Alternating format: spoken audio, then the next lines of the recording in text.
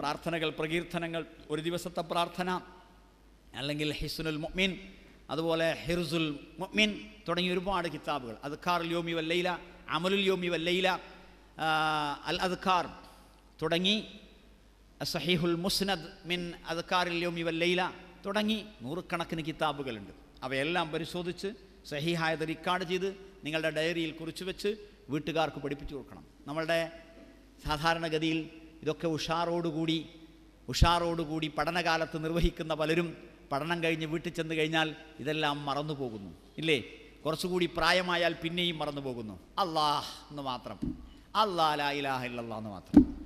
അല്ലെങ്കിൽ എഴുന്നേൽക്കുമ്പോൾ അല്ലല്ലല്ലല്ലാ, അങ്ങനത്തെ ഒരു എന്തോ ഒരു ഏമ്പക്കം വിടുന്ന ഏർപ്പാട്. അങ്ങനെയല്ല. ഖൈറുന്നാസി മൻ ത്വാല ഉമറുഹു വഹസുന അമലുഹു, നബി സല്ലല്ലാഹു അലൈഹി വസല്ലം പറഞ്ഞു. പ്രായം കൂടുക, അമല് നന്നാവുക, അതാണ് ഏറ്റവും നല്ല മനുഷ്യന്മാരും. വയസ്സായ ആളുകൾ നോക്കി നിങ്ങൾ കോട്ടാവിട്ട് ഇങ്ങനെ കുത്തിരിക്കും, വയസ്സെത്തികൾ താടിക്ക് കയ്യെത്തിക്കൊണ്ടിരിക്കും, ഇല്ലേ? എന്താ? ഒന്നുമില്ല. ആ സമയം ദിക്ർ പറ്റൂലേ, ദുആ പറ്റൂലേ?